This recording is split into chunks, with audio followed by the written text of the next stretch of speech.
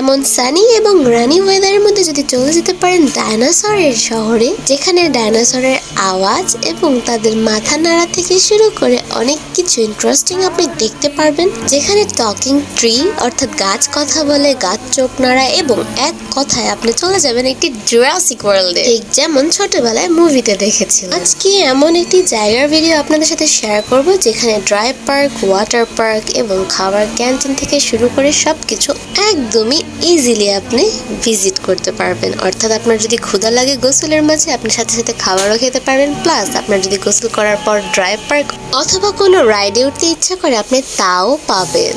So let's start this video.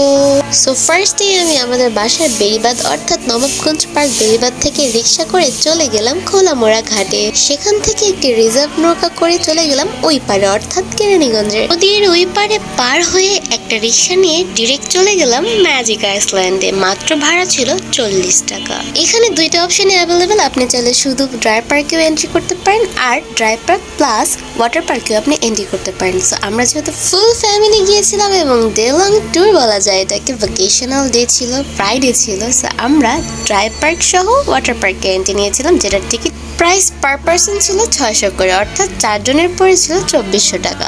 পরবর্তী coast ব্রেকডাউনগুলো আমি এই ভিডিওতে একই সাথে যোগ করে দিতে চাচ্ছি। প্রথমে বেড়িবাঁধ থেকে রিক্সা, যেটার দাম ছিল মাত্র 40 টাকা ভাড়া, তারপরে নৌকা, যেখানে রিজার্ভ নৌকার ভাড়া ছিল মাত্র 30 টাকা, তারপরে পার হয়ে যখন আমরা রিক্সা নিলাম সেটার ভাড়া ছিল মাত্র 40 টাকা, আর তারপরে ঢুকে অর্থাৎ পার্কে এন্ট্রি করে আমাদের 4 জনের টিকিট প্রাইস পড়েছিল 2400 টাকা। টোটাল হলো এ পর্যন্ত 2510 টাকা। কোস্ট ব্রেকডাউন দিতে দিতে কিন্তু আমি অলরেডি অনেক কিছু ভিডিওতে দেখিয়ে ফেলেছি।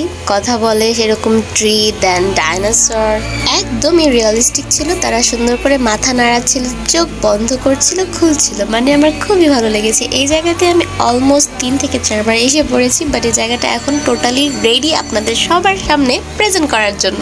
এই পর্যন্ত যতবারই এসেছিলাম তত পর্যন্ত এটা কমপ্লিট হয়নি, বাট আজকে যেহেতু এসেছি, আজকে ফুল পার্ক ইজ টোটালি রেডি। তারপর পাপার সাথে আমি বসে কিছু কোয়ালিটি টাইম স্পেন্ড করলাম, পাপাকে কিছু তার জীবন নিয়ে প্রশ্ন করলাম, তার ব্যস্ত জীবন নিয়ে, কারণ অনেকদিন পর সে আমাদের সময় দিচ্ছিল।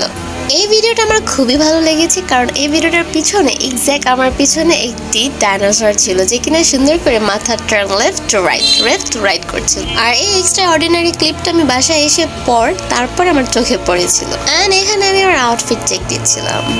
আর এই সেই কথা বলা ট্রি, যে কিনা সুন্দর করে চোখ নাড়াবে, ভ্রু উল্টাবে, কুচকাবে, তার আশেপাশে পাখা অর্থাৎ তার পাতাগুলো নড়াচড়া করছে। আর এই পাশে ছিল আরেকটা ছোট্ট ডাইনোসর, আর দূরে ছিল সেই বড় ডাইনোসরটি। দেন আমি